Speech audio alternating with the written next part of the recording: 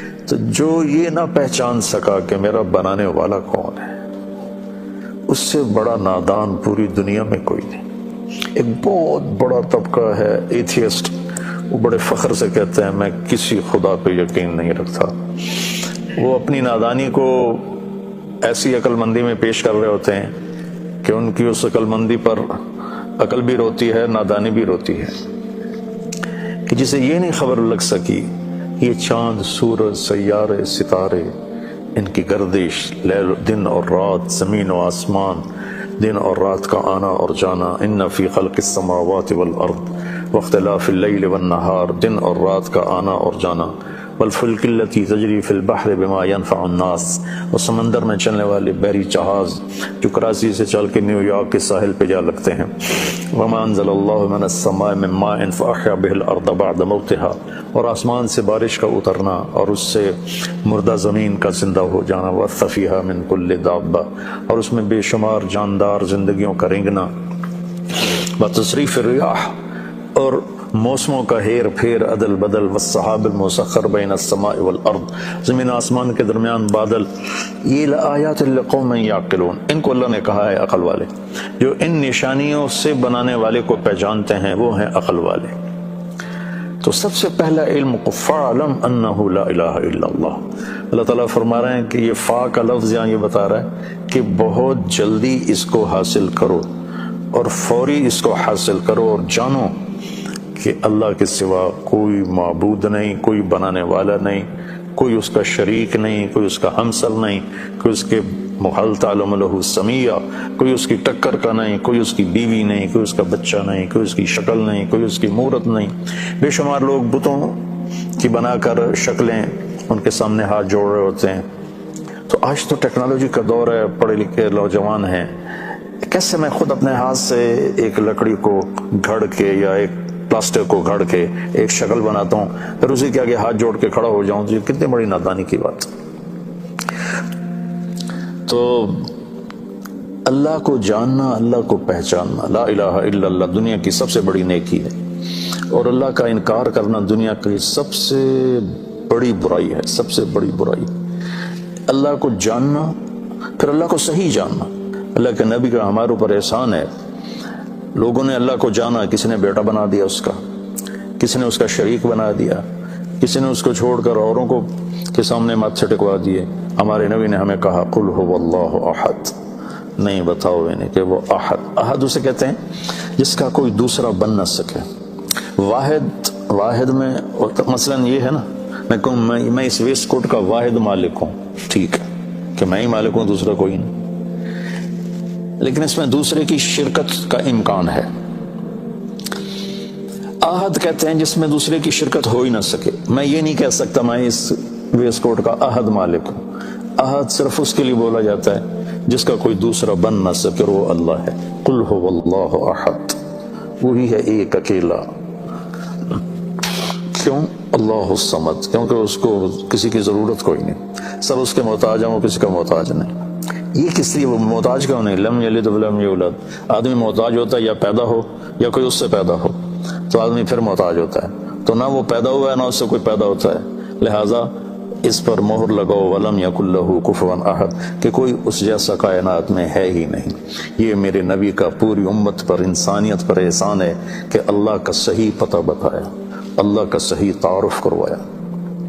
اور اللہ کے نام میں ایسی خصوصیت ہے کہ اس میں کوئی نقطے والا حرف کوئی نہیں۔ جو نقطے والے حرف ہوتے ہیں وہ کمزور ہوتے ہیں، جو بغیر نقطے والے ہوتے ہیں وہ طاقتور ہوتے ہیں۔ اس کی ایک وجہ میں آسان سی بتاؤں کہ نقطے والے حرف کو نقطے کی ضرورت ہے مطلب بتانے کے لیے، اور بغیر نقطے والے حرف کو ضرورت نہیں کسی بھی چیز کی۔ سین اپنا مطلب بتا رہی ہے، شین کو 3 نقطوں کی محتاجی ہے، تو اللہ نے اللہ، کوئی نقطے والا حرف نہیں۔ اپنے حبیب کا نام رکھا محمد، کوئی نقطے والا حرف نہیں۔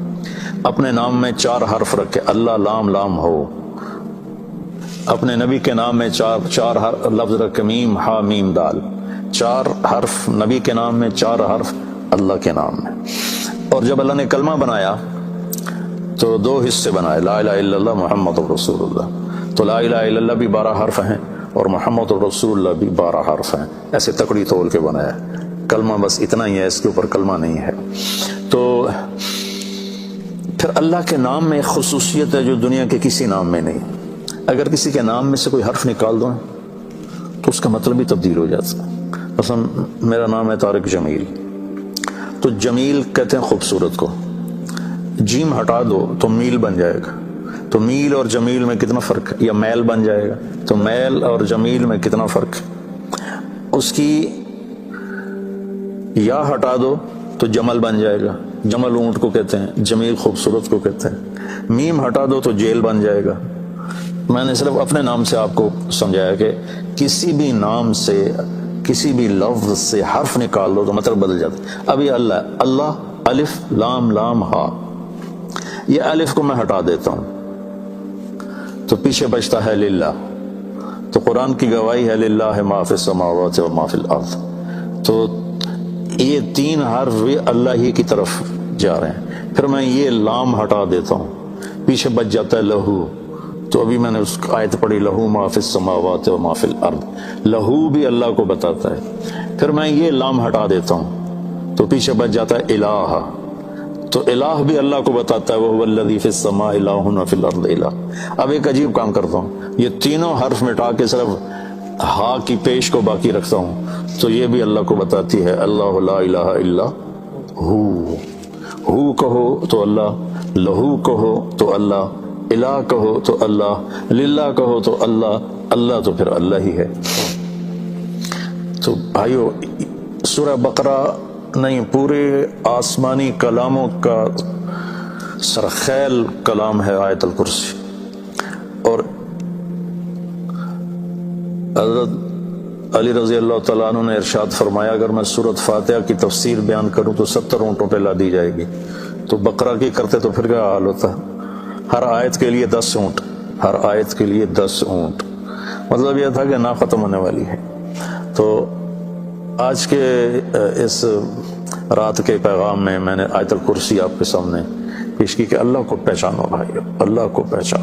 اگر اللہ کو پہچان جاتے تو رشوت نہ ہوتی، قتل و غارت نہ ہوتے، ایسے شراب زنا کے دور نہ چلتے، ایسے نافرمانیاں نہ ہوتی۔ اللہ تعالیٰ مجھے دیکھ رہا ہے، میری سن رہا ہے، میں اس سے چھپ نہیں سکتا۔ یہ اس مالک الملک کہ نحن اقرب الیہ من حبل الورید، ہم تیری شارک سے بھی تیرے زیادہ قریب ہیں۔ تو بھائی اللہ کو پہچاننے کی کوشش کرنا میری زندگی کا سب سے بڑا علم ہے۔ یہ مل گیا تو سب کچھ مل گیا، ورنہ وہ ملا والی گل ہے، میری ادھی گئی تو ساری گئی۔ نساء اہل الجنت فاطمہ، جنت کی عورتوں کی سردار ہے میری بیٹی فاطمہ۔ سیدہ شباب اہل الجنت الحسن والحسین، جنت کے نوجوانوں کے سردار ہیں حسن اور حسین۔ علی کا ہاتھ پکڑ کے کھینچتے کھینچتے کھینچتے کھینچتے یہاں لے آئے اور کہا علی اترضى ان یکون منزلک مقابل منزل فی الجنہ، علی تو خوش ہے جنت میں تیرا گھر میرے گھر کے سامنے ہوگا۔ اور رونے لگا یا رسول اللہ مجھے اور کیا چاہیے، میں خوش خوش، میں خوش خوش۔ یہ سعادت کسی کو نہیں ملی۔ حسن پیدا ہوئے، میرے نبی نے پوچھا علی کیا نام رکھا؟ کہا جی حرب، جنگجو، وہ تو تھے شاہ سوار۔ تو انا الذی سمتنی امی حیدرا کلیث غابات کریہ المنظرا اوفیہم بالصاع کید السندرا۔ یہ حضرت علی کے اشعار ہیں میدان جنگ میں، خیبر کی جنگ میں، تو وہ تو میدان کے شعر تھے۔ انہوں نے کہا حرب، ہم نے کہا نہیں حسن۔ پھر 10 ماہ بعد حسین پیدا ہوئے، آپ نے فرمایا علی کیا نام رکھا ہے؟ کہا جی حرب، کہا نہیں حسین۔ پھر فرمایا یہ 2 نام اللہ نے میرے بچوں کے لیے سنبھالے ہوئے تھے، آج تک کسی کا نام حسن حسین نہیں رکھا گیا، پہلی دفعہ میرے بچوں کے نام اللہ نے چن کے رکھوائے حسن حسین۔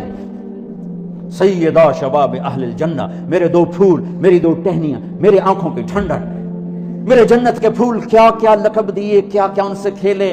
کون ہے جس نے نبی کی پشت پہ سواری کی ہو حسن حسین کے سوا؟ کہ آپ گھر میں تشریف لاتے ہیں، ان کے لیے گھٹنے اور ہاتھ ٹیک دیتے ہیں اور دونوں بچوں کو پشت پہ بٹھا کر پورے کمرے میں چکر لگواتے ہیں، پھر یوں منہ اٹھا کے یوں اوپر فرما کے کرتے ہیں کیف مطیتکما، تمہارا اونٹ کیسا ہے؟ پھر دونوں بھائیوں کو اتار دیتے ہیں اور حضرت زینب کو کمر پہ بٹھاتے ہیں اور پورے کمرے کا چکر لگواتے ہیں۔ یہ لاڈ میرے نبی نے لڑائے اپنے بچوں کو، ایک زہر میں مار دیا، ایک کو سرسین نیزے پہ چڑھا دیا۔ امت نے کیا کیا؟ کیا میرے نبی نے کر کے دکھایا اور کیا آگے امت نے کیا؟ آپ نے ام سلمہ سے فرمایا ایک فرشتہ ملنے آ رہا ہے، خصوصی اجازت لے کر اللہ سے، کسی کو اندر نہ آنے دیں، وہ دروازے پہ کھڑی ہو۔ اتنے میں حسین آ گئے، اندر جانے لگے، انہوں نے روک دیا، وہ زور زور سے رونے لگے تو انہوں نے چھوڑ دیا، وہ اندر تشریف لے گئے۔ تھوڑی دیر کے بعد اندر سے بلک بلک کے رونے کی آواز آئی میرے نبی کی، پھوٹ پھوٹ کے۔ ام سلمہ رہ نہ سکی، بھاگ کے اندر گئیں تو کیا دیکھا؟ میرے نبی نے حسین کو سینے سے یوں چپکایا ہوا اور ایسے ایسے ہل ہل کے رو رہے تھے، تڑپ تڑپ کے رو رہے تھے۔ انہوں نے کہا میرے ماں باپ آپ پہ قربان یا رسول اللہ، آپ کیوں رو رہے ہیں؟ کہا وہ فرشتہ جو آیا تھا اس نے میرے بچوں کو دیکھا تو مجھے بتایا کہ آپ کی امت آپ کے بچے کو ذبح کر دے، اور مجھے وہ مٹی دکھائی جہاں اس کا خون گرایا جائے گا۔ اور 61 ہجری عصر کے قریب حضرت ام سلمہ آخری بیگمات میں سے انتقال ہوا ہے۔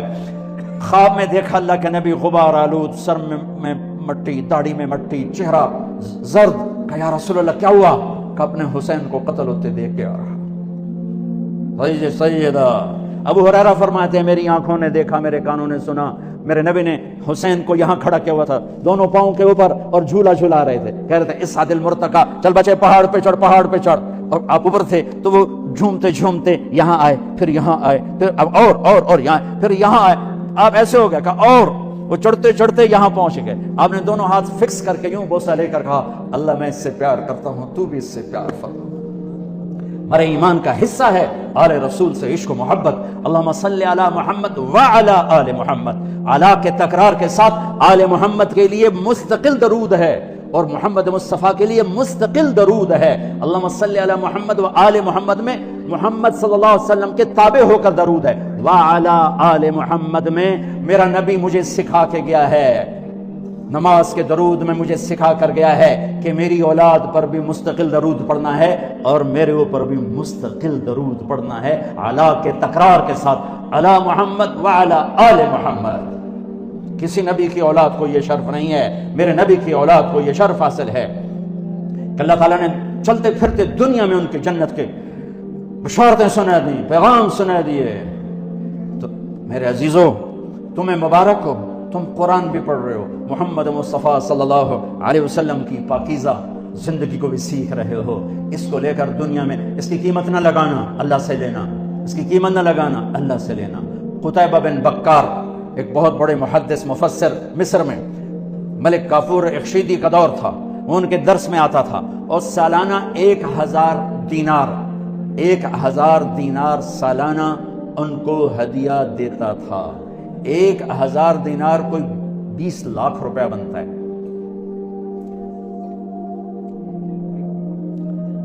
18 برس آتا رہا، 18 برس، اور ہر سال 1000 دینار ہدیہ۔ 18 سال کے بعد ایک غلط فتوے پہ دستخط چڑھ۔ اس زمانے کے لوگ علماء سے جڑے ہوئے تھے۔ ہماری بدقسمتی ہے کچھ ہم میں صفات نہیں رہی، کچھ ادھر وہ ادب آداب نہیں رہے،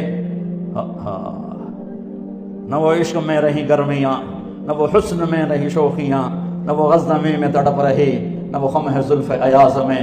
دونوں طرف سے کوتاہی ہے۔ اگر عوام ہم سے ہٹے ہیں تو ہم نے بھی کوئی علم کی قدروں کو نہیں پہچانا، جس کی وجہ سے دونوں طرف سے قصور نظر آتا ہے، دونوں طرف سے کوتاہی نظر آتی ہے۔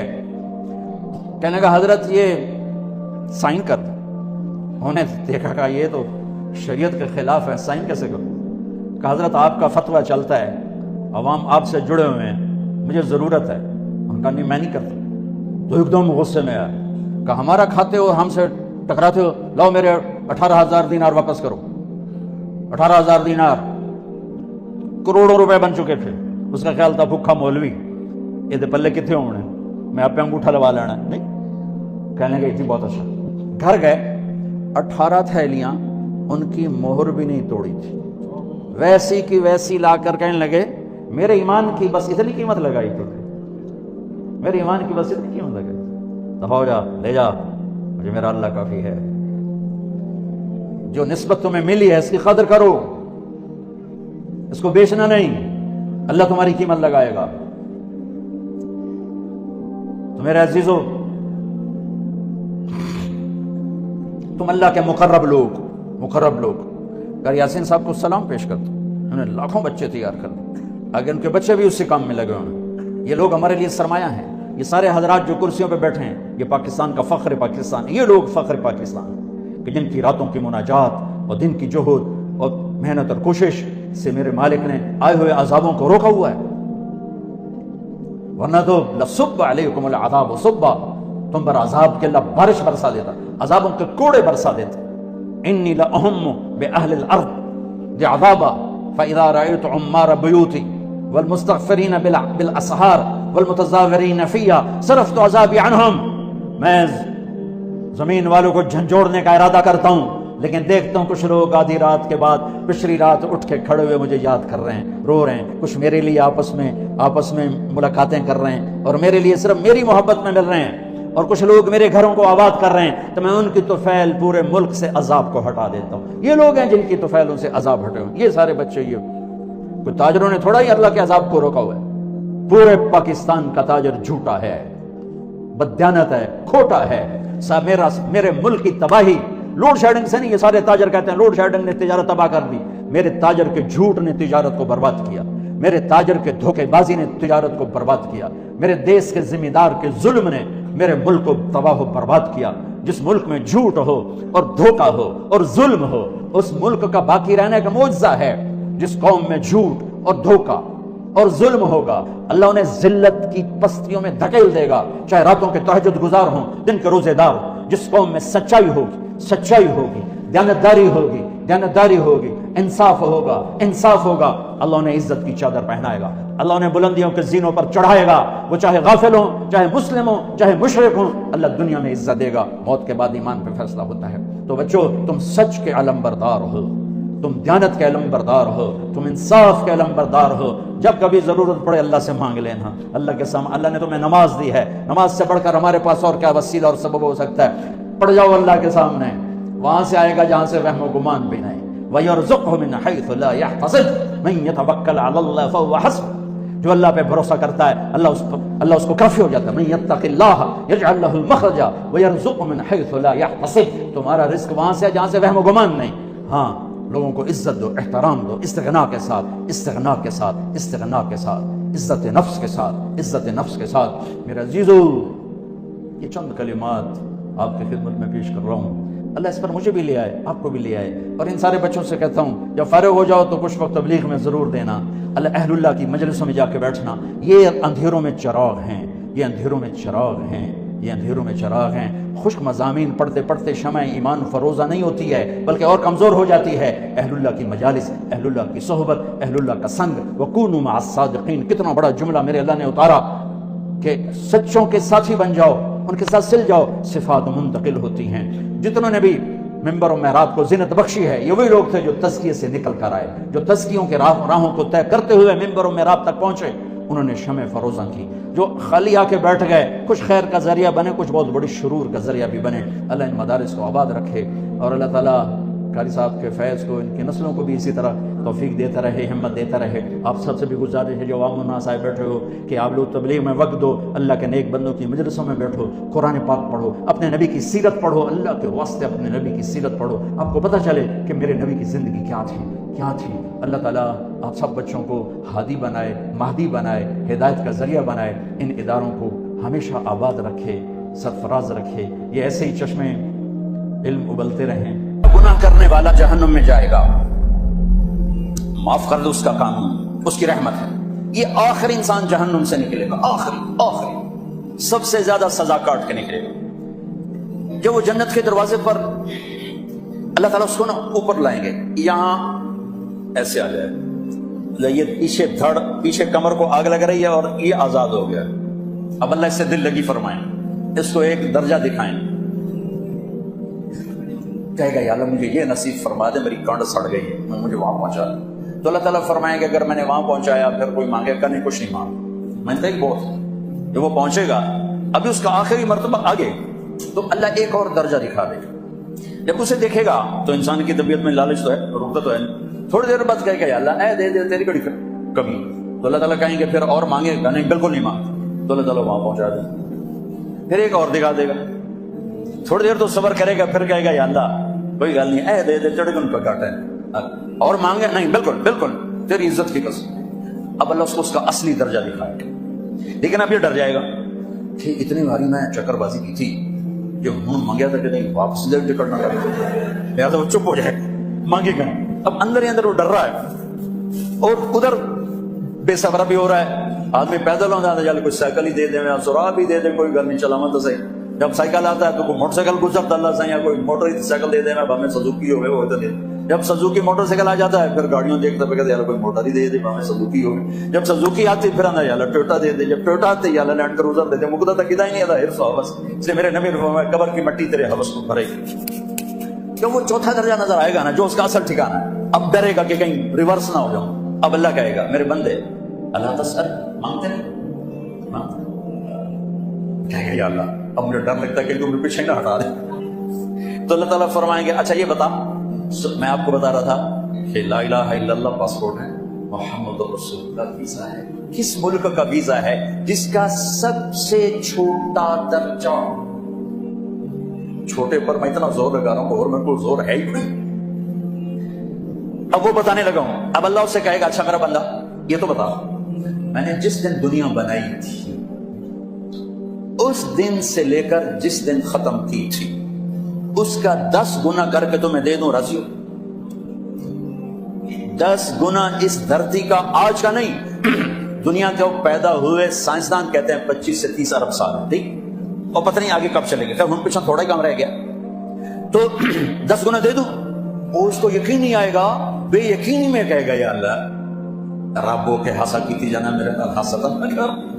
تو اللہ کہے گا میں ہنسا نہیں کر رہا, میں سجیک میں چل. اب یہ داخل ہوگا اور جب دروازہ کھولے گا اور نوکر کو دیکھے گا تو یوں سر جھکائے گا. وہ کہے گا میرے آقا کیا ہوا؟ کہے گا تم فرشتے نہیں؟ کہنے کہ میں تو آپ کا نوکر ہوں اور میرے جیسے 80,000 نوکر ہیں آپ. تھوڑی دور چلے گا تو ایک نور کی چمک اٹھے گی تو سجدے میں سر اپنے آپ کو سجدے میں گرائے گا. وہ پھر کہے گا میرے آقا یہ آپ کیا کر رہے ہیں؟ وہ کہے گا یہ سامنے جو نور ہے کہ میرے اللہ کا نور ہے, میں اللہ کو سجدہ کر رہا ہوں. کہے گا یہ آپ کے اللہ کا نور نہیں ہے, یہ آپ کے گھر کی روشنی ہے, لائٹنگ. آگے چلے گا تو قالین آ جائے گا. اس قالین پر کتنا چلنے کا ہے یہ زمانہ؟ 40 سال چلتا جائے گا تو تب جا کے وہ قالین ختم ہوگا. 40 سال دنیا کے, وہاں تو 4 سیکنڈ میں اسے طے کرے. 40 سال لمبی کارپیٹنگ. نوابہ بہاولپور نے انڈیا سے بزرگ کو بلوایا تھا تو ان کے لیے کارپیٹنگ کی تھی, اسٹیشن سے لے کر محل تک. تو سارے ہندوستان میں غلغلہ مچ گیا, شور مچ گیا کہ نوابہ بہاولپور نے اتنا 4 میل لمبا قالین بچھا دیا. ادنا جو سب سے آخری لتر لتر کھا کے جنت میں جائے گا اس کی کارپیٹنگ 40 سال. آگے 80,000 نوکر. میں آیا ہوں تو یہ پھول لے کے کھڑے ہوئے تھے, وہ سارے پھول لے کے کھڑے ہوں گے اور کہیں گے اما آن علی سیدنا ان نزورہ, ارے ہمارے آقا سارے جنتی جنت میں چلے گئے, آپ کدھر رہ گئے؟ ہم حضرت سکڑے پہ گئے. اور شکر کرو میں آ گیا جب میں نے بڑے لتر پہ. بڑی دلائی ہوئی ہے میری تو ہم کیا طرح کی فرشتیاں مار مار دبائی پہ چڑھ گئی. 80,000 نوکر, کوئی تنخواہ ان کے ذمہ نہیں, سب اللہ کو پوری کرے گا. کھلانا پلانا سب اللہ کے ذمہ, پہنانا سب اللہ کے ذمہ. ہاں تمہیں پتا جنت میں قد کیا ہے؟ 130 فٹ. 130 فٹ. آدم علیہ السلام کو اللہ نے 130 فٹ کی ہائٹ پہ بنایا تھا.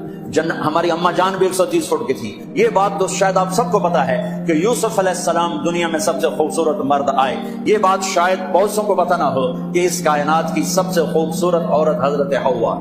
حضرت حوا سب سے حسین عورت, وہ بھی 130 فٹ کی تھی. جب جنت میں جائیں گے تو اللہ کے فضل سے اس قد کے ساتھ نہیں جائیں گے, تو قد ایڈا سارا ہے. اور جنت کی حور 130 فٹ, تو ان کے 5.5 فٹ تو وہ جت پا کے کر دے. اب اس 130 فٹ ہائٹ ہو اور ڈاکٹر یوسف 5.5 فٹ اندر گیا تو وہ ججی کو موجا ہونا ہو سکا میرا ہسبینڈ گیا کہ دیکھا بے پاس سے سجے پاس سے جو لیے جمع کروں. تو 80,000 نوکر کہیں گے کہاں رہ گئے؟ وہ کہے گا شکر کرو میں آ گیا. پھر جب یہ میدان میں اس کو بٹھائیں گے 80,000, ایک ہاتھ میں برتن ایک ہاتھ میں پیالہ, 80,000 ڈرنکس اور 80,000 کھانے. یہ کھائے گا بخانا نہیں, پیے گا پیشاب نہیں. کھائے گا لذت میں کمی نہیں, پیے گا لذت میں کمی نہیں. کھانے کا نظام الگ ہے, پینے کا نظام الگ ہے. کھا پی کے جب فارغ ہوگا کہیں گے اب آپ اپنے اہلیت سے مل لیں, اپنی بیگم صاحب سے مل لیں. جنت کی حور یہ ایک دم غائب ہو جائیں گے. سامنے سے جب پردہ ہٹے گا تو ایک اور کائنات نظر آئے گی اور اس پر ایک لڑکی کیوں بیٹھی ہوگی ایسے ٹیک لگا, تھوڑا تختی چھوٹا نہیں تو مجھے کھاوا ایسے کر تو ایسے کر کے بیٹھی ہوگی، تو وہ جب اس پر نظر پڑے گی نا جنت کی لڑکی پر، تو اس کی آنکھیں ایسے پھٹی رہ جائیں گی، ایسے ہی رہ جائیں گے.